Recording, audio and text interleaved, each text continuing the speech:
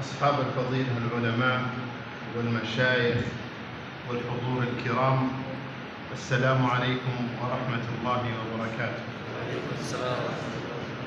أكرمني الله عز وجل وتشرفت أن شاركتكم في هذا الحفل المبارك في هذا اليوم، وأتقدم بالشكر بعد شكر الله عز وجل لفضيلة الشيخ أصغر بن علي السلفي أمير جمعية أهل الحديث بعموم الهند على دعوتي للالتقاء بكم، وأشكر كذلك أعضاء هذه الجمعية على التنسيق والترتيب الغير مستغرب منه.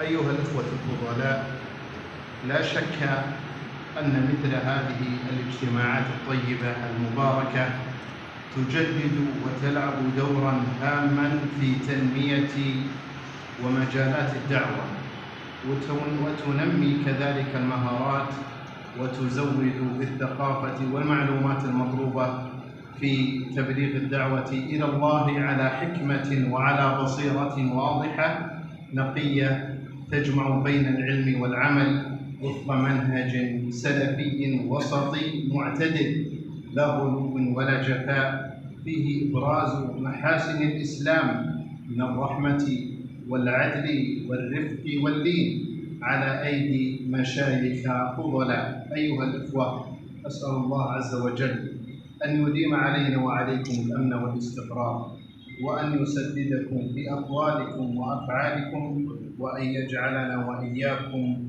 مفاتيح للخير مغاليق للشر.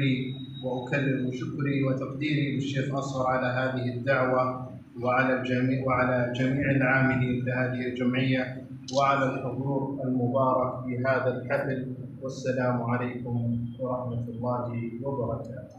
السلام.